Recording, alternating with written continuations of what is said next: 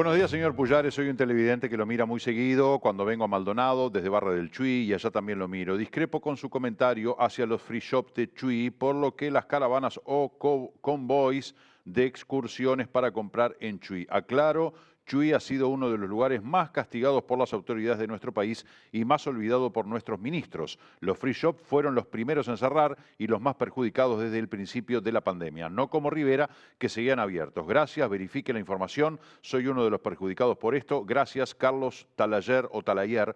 Bueno, justamente lo que dice el televidente es lo que yo dije. En Rivera fue el problema más grande, en el Chuy en menor medida porque ha sido mucho más controlado, se le prestó mucha más atención al Chuy por incluso el movimiento de uruguayos, pero en Rivera fue el gran problema y además lo que yo dije es que hay algunas voces que afirman de que la variante P1 tuvo allí, en ese movimiento de las excursiones de los free shop a Rivera, el ingreso al Uruguay. Así que bueno, más o menos estamos en coincidencia, estimado televidente. Ahora vamos a recibir también vía Zoom a Leandro Folgar, que es el presidente del Plan Ceibal. ¿Cómo le va, Folgar? Buen día. Hola, ¿qué tal? Buen día. Muchas gracias por la invitación. Gracias a usted por atendernos también a nosotros, porque bueno, lo hemos visto en todos los medios, como usted que hoy tiene un cargo tan importante, de tanta relevancia en el marco de la pandemia y prepandemia también, pero bueno, evidentemente muchos requerimos de su palabra. Queríamos hablar de la utilización de la plataforma CREA, que significa Contenidos y Recursos para la Educación, tanto de primaria como de secundaria como de UTU, y el aumento que tuvo es de un 25% el uso de las plataformas del Plan Ceibal respecto al 2020 y señalaba usted el 13 de abril que fue un récord histórico en accesos, 415.000 conexiones. Sí, efectivamente, ese número es de conexiones por día y es un récord absoluto que seguimos viendo que sigue siendo muy alto. CREA como plataforma en realidad es una de las plataformas que Ceibal pone a disposición, tal vez la que tiene un uso más amplio porque es la que permite más cosas debido a que lo que busca es emular un aula virtual y por multiplicidad de canales facilitar el contacto entre docentes y estudiantes. En ese sentido, sí hemos visto con muy buenos ojos el mayor uso que se ha hecho este año, que incluso tuvo menos virtualidad que el año pasado respecto a esta misma altura del año, y sin embargo el uso en todas las métricas ha sido mayor, incluso en la cantidad de actividades realizadas en la plataforma CREA, que ha crecido significativamente. Sin lugar a dudas que con la experiencia uno va aprendiendo y va detectando fortalezas y debilidades, pero a todas luces me parece que la virtualidad de 2021, más allá de que sea de menor cantidad o intensidad, como quiera llamarle, que el 2020, pero que las cosas están saliendo mucho mejor, que es mucho más fácil la conectividad y más allá del acceso, que ahora hablaremos de eso, pero me da la sensación de que está mucho más aceitado el mecanismo este año. Sí, para eso hubo un conjunto de medidas que se tomaron en su momento y que creo que han redundado en buenos resultados, que tuvo que ver con la formación, que tuvo que ver con remover obstáculos en el camino de la conectividad e incluso también en lo que era la experiencia de usuario, en el mayor conocimiento que tienen los docentes, los estudiantes y las familias de lo que se puede lograr a través de los medios tecnológicos, y una realidad concreta también y un gran esfuerzo de parte de los docentes y las familias de tratar de sostener por todos los medios disponibles los aprendizajes, sumado a un trabajo mucho más en conjunto con la ANEP, en donde hay una interdependencia más clara y podemos utilizar los mecanismos que disponibiliza Ceibal como canales privilegiados para que suceda aprendizaje en este contexto negativo, que no tenemos que olvidar, ¿no? Esto no es lo esperable, no es lo normal, no es lo deseable, no es incluso lo que nos imaginamos como sistema funcional cuando la movilidad pueda ser otra. Yo estaba comentando recién con los televidentes, el Plan Ceibal tiene algo más de 10 años, ¿verdad? Fue creado en el primer gobierno del doctor Tabaré Vázquez, ¿es correcto? 2007. 2007. A partir de allí, bueno, no solamente se ha instalado el Plan Ceibal, sino que se ha masificado lo más posible, se ha ido perfeccionando, mejorando y ha dado una robustez a lo que significa hoy el uso de las tecnologías, me refiero al tiempo prepandemia, absolutamente indiscutible. pero con esto de la pandemia, donde de buenas a primeras, de un día para el otro, hubo que volcar a todo el estudiantado, por hablar solo de los estudiantes, a la virtualidad, uno dice, bueno, si no hubiéramos tenido esta tabla de salvación, si no hubiera existido el plan Ceibal, ¿cómo cree usted que Uruguay habría enfrentado el problema de la educación? Es una pregunta en un escenario bastante distópico, porque lo cierto es que eh, desde siempre nos planteamos esta solución sobre las bases de lo que tenemos. Lo cierto es que, bueno, ahí la evidencia internacional, lo que muestran otros países que no lo tienen, son diferentes aproximaciones utilizando otras tecnologías. Ahí dependería de la penetración de la conectividad en los hogares, de la disponibilidad de dispositivos, de otros mecanismos. Pero lo cierto es que el ejercicio de pensar cómo hubiera sido si no hubiera estado, en este contexto, en realidad no me parece tan determinante, sino que lo que aconteció hizo que se pudiera aprovechar realmente lo que Ceibal podía hacer, que en definitiva es lo que es más interesante. Estaba muy desaprovechado, estaba muy subutilizado, y lo vemos en las métricas que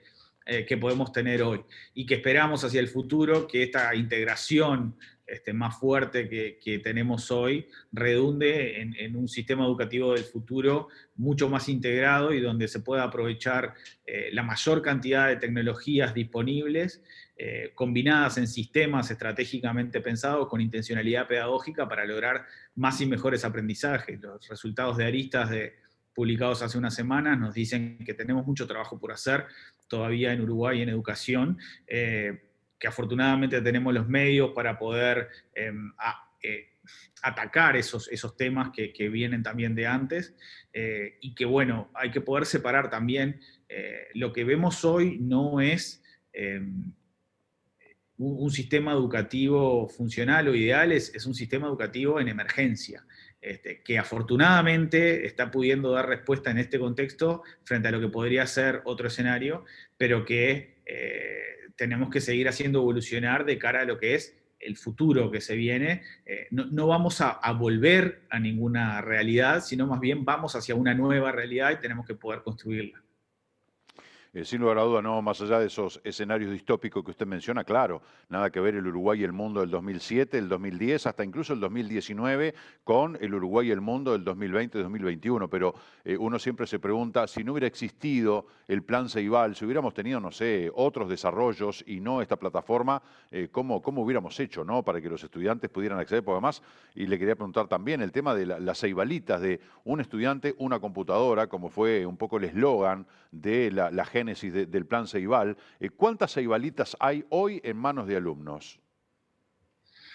Y hay en el entorno de las 500.000, más de 500.000 dispositivos entregados en lo que va o sea, en lo que es el parque de Ceibal. Este año tenemos estipulado entregar unos 170.000, llevamos entregado el 100% de las primeras entregas a primero de primaria, y ayer pasamos el 95% del recambio en tercero de primaria, otro récord histórico. Nunca se había llegado a esa cobertura a esta altura del año, y nos estamos moviendo hacia más del 65% de los recambios en ciclo básico. Así que venimos con un ritmo también histórico en ese sentido. El equipo de Ceibal está haciendo está ofreciendo un servicio muy comprometido, realmente trabajando a contrahoras en todo momento, porque sabemos la importancia que se está dando a Ceibal para sostener todo lo que tiene que ver con los aprendizajes en este contexto. Así que en ese sentido venimos muy bien. La disponibilización de dispositivos sin duda es una ventaja.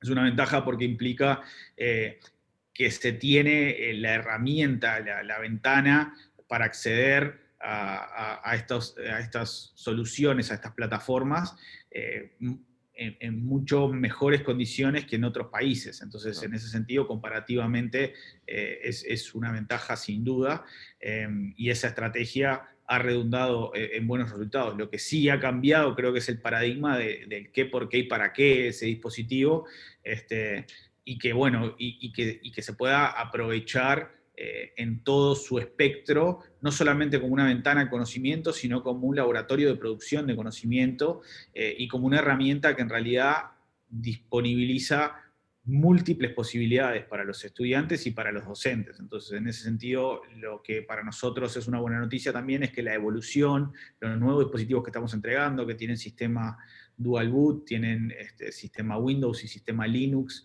que también haya otro tipo de dispositivos y periféricos, como las placas programables microbit, como los kits de robótica, ponen en manos de nuestros estudiantes y en manos de nuestros docentes herramientas muy potentes que dirigidas por personas, por docentes entrenados con intencionalidad pedagógica, pueden lograr muy buenos resultados que tenemos y que necesitamos fuertemente, dado los informes que tenemos de aristas como del pasado, ¿no? De aristas de la última entrega como del pasado. Bien. En materia de seguridad informática, Folgar, ¿cuán robusto es el plan Ceibal? El año pasado hubo algunos ataques muy puntuales, digo, algún hackeo muy puntual con suplantación de identidad de docentes, alguna cuestión vinculada a videos pornográficos, en fin, hubo algunos casos que hicieron mucho ruido, pero en materia de lo del principio, de seguridad informática, ¿cuán robusto es el plan Ceibal? Bueno, eso es siempre un desafío para toda organización del siglo XXI, es un desafío y es un desafío permanente y constante y hay que tomarlo desde ese lugar. Lo que puede procurar hacer cada organización es prepararse al máximo frente a esas amenazas que tienen que saber que son cambiantes y que todo el tiempo pueden estar generando nuevos desafíos. Entonces, en ese sentido, no nos ponemos en una postura triunfalista, sí en una postura muy como comprometida, que ha tenido buenos resultados en el último tiempo. Se ha creado una comisión específica para eso, estamos con los últimos estándares en ciberseguridad, todo el tiempo mejorando nuestros servicios, pero eso no implica que el desafío de ciberseguridad se mantenga siempre, ¿no? Porque hay una parte que va más allá de lo técnico, que va más allá de las máquinas, que tiene que ver con la estrategia, que tiene que ver con las personas, que tiene que ver con cuán seguros son los terminales de nuestros usuarios, las contraseñas de nuestros usuarios. Hay muy diferentes tipos de ataques a nivel ciberseguridad, entonces eso nunca deja de ser un desafío para ninguna organización. Tal De todos cual. modos, estamos muy conformes de que en un año y medio digamos, desde los últimos eventos, o un año de los últimos eventos más significativos, hemos estado en muy buenos niveles de control y con respuestas de primera línea. Procuramos seguir en esa línea y tenemos un mapa del camino muy concreto de mejoras también en esa línea, pero es un desafío que es para todas las organizaciones, es permanente y que bueno, y que hay que estar atentos. Este año, vinculado al tema de lo que significa el acceso a la conectividad, pero más que nada el tema de los acuerdos que se han firmado del Plan Ceibal con las telefónicas privadas, a través de los cuales tanto docentes como estudiantes pueden realizar videollamadas y trabajar sin el consumo de sus datos personales, que eso también no solo forma parte de una ayuda de alguna manera, sino que es otro aspecto bien importante para democratizar y generalizar el acceso a lo que significan las videollamadas, que hoy se trabajan en clases de Zoom a través de las mismas, ¿no? Sí, eso es producto de una evolución también y de esta situación sanitaria extendida. Cuando se decidió como mecanismo fundamental de comunicación utilizar la plataforma CREA ya por el 13 de marzo del 2020, teníamos una estrategia muy concreta. Comenzó funcionando bien y veíamos que en la medida que los docentes empezaron a utilizar más la plataforma y se empezaron a sentir más a gusto con esa herramienta, había una mayor demanda de la videoconferencia que tenía una particularidad que era que es muy intensiva en el consumo de datos para los planes prepago y pospago, y eso era una dificultad para algunos estudiantes y docentes cuando los centros educativos estaban cerrados y no tenían disponible el ancho de banda y el wifi del centro educativo. Entonces, en ese sentido, a partir de ese entonces, se empezó con una estrategia de remover la mayor cantidad de obstáculos en ese sentido, y para eso tuvimos que generar varias acciones. Primero y principal, integrar una solución de videoconferencia a la plataforma CREA, eso era algo que no estaba, y el equipo de desarrollo de Ceibal hizo esa integración que básicamente lo que implica es incrustar una solución de videoconferencia en la plataforma, cosa de que con un clic los docentes puedan comenzar una videoconferencia con todos sus estudiantes en un ambiente protegido, que no es menor. Cuando utilizamos otras herramientas de videoconferencia, no están o dentro del paraguas de protección de la plataforma CREA, de la misma manera que sí lo está Conference. Entonces veíamos que eso era un gran beneficio. A partir de ahí, lo siguiente, después de incrustar esa solución en la plataforma CREA, lo necesario era poder liberar el tráfico que se generara por ese lado, y para eso había que hacer un siguiente paso que implicaba un desafío, que era traer los servidores de ese proveedor externo a Uruguay, que eso implicaba negociaciones con proveedores internacionales, entender el porqué, e incentivos para que eso sucediera. Pudimos finalmente ubicar esos servidores en Uruguay, configurar esos servidores para que se pudiera liberar el tráfico, y a partir de allí las telefónicas pudieron liberar el tráfico en videoconferencia, que es absolutamente una gran innovación en lo que tiene que ver con la región y en lo que tiene que ver con la evolución del servicio que está brindando Ceibal. Hoy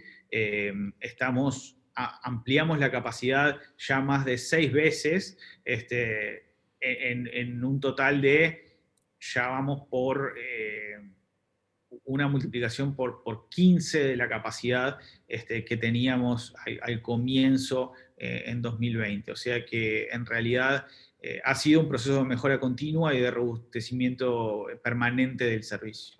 Y acelerado, ¿no? De manera intensiva, ya que se emplea tanto este término.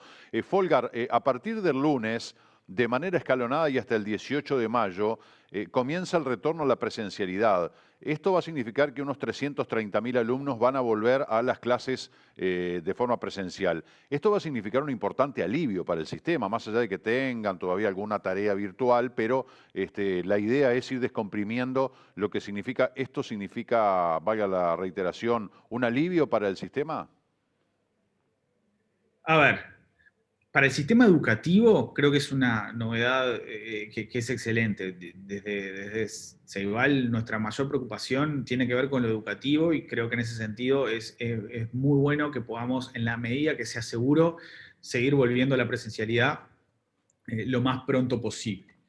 Es un alivio en lo emocional, es un alivio en lo educativo, en los aprendizajes y demás. En cuanto a lo que es lo infraestructural del sistema, Ceibal viene incrementando su capacidad. Será un alivio tal vez en la hora de congestión de conexiones sobre el mediodía, que es el momento en el que está la mayor cantidad de gente teletrabajando y estudiando a la vez, pero eso tiene que ver más con las telecomunicaciones. O sea que a Ceibal el alivio no viene tanto por ahí, sino más que nada porque aquellos niveles educativos más jóvenes, o sea, estamos hablando de 0 a 5 años y los niños de primero a tercero de escuela, aprovechan de manera muy distinta que los niños que tienen más autorregulación las plataformas virtuales. Entonces, en ese sentido es una gran novedad, porque implica que podemos tener un sistema dentro de lo que es este contexto sanitario más robusto aún, porque aquellos estudiantes que se benefician menos de las plataformas van a poder estar en los centros educativos y compensar aquellas cosas que no están pudiendo obtener en la virtualidad. Mantener contactos virtuales cognitivamente es muy distinto que mantener contactos en un mismo espacio físico. Entonces, en ese sentido, sin duda, es una buena noticia, es un alivio, y esperamos que redunde en los aprendizajes que se pueden lograr durante este 2021, que también tiene sus particularidades motivo de la pandemia. Ojalá, ojalá que así sea. Folgar, tenemos que cerrar la entrevista y quería hacerlo mencionando una acción solidaria que tuvo una maestra o una estudiante de tercer año de magisterio que vive en Pueblo de Gaña, esto es en el departamento Soriano, y que se ofreció a enseñar a usar la plataforma CREA para estudiantes de inicial, primaria, secundaria, incluso decía hasta terciaria. Si tenés dificultades me ofrezco, lo hago gratis, y hay un video de ella ofreciéndose. Digo, qué importante que es eso, porque uno puede decir, bueno, una golondrina no hace verano, pero sin lugar a dudas que el efecto contagio de esa solidaridad, de esa bonomía, de esa generosidad, generosidad es muy importante. Qué bueno ver una estudiante de magisterio que esté haciendo esta acción tan generosa con los estudiantes, con la población en general. Es que las plataformas de llevar la infraestructura y los dispositivos y los docentes no son nada. Son ellos quienes tienen que, y esta solidaridad y estos estudiantes de magisterio y demás, son ellos quienes tienen que aprovechar estas herramientas para poder lograr eso tan importante que es los aprendizajes y el vínculo con los estudiantes. Entonces, hemos visto en las redes muchos ejemplos de personas ofreciéndose para facilitar un uso más experto de las plataformas y vemos los resultados que eso tiene. Una vez que los docentes, las familias, los estudiantes entienden cómo aprovechar mejor las plataformas, se nota y los resultados están a la vista, que se logran más aprendizajes, que se logra más conformidad, que se logra más soporte socioemocional también a través de ese mecanismo. O sea que tenemos mucho también para avanzar en ese sentido. Lo que de nuevo esperamos es que sea cuanto antes en un contexto en el que no tengamos que estar cuidándonos tanto Claro. por el tema sanitario. Claro, eso sería ideal. Leandro Folgar, le agradezco por la entrevista, pero básicamente le agradezco y lo felicito por el trabajo que hace usted y todo el equipo que trabaja en esto, porque bueno, han sido unos facilitadores imprescindibles en esto de la educación de nuestros hijos. Así que muchísimas gracias. No, gracias a ustedes por la invitación. Con mucho gusto, que le vaya muy bien. Bueno, señoras y señores, tenemos que volver con nuestro móvil. Nos está llamando Florencia. Adelante, estamos contigo. Ah, bien, perfecto. Ya va a estar Florencia. Antes hacemos una breve pausa.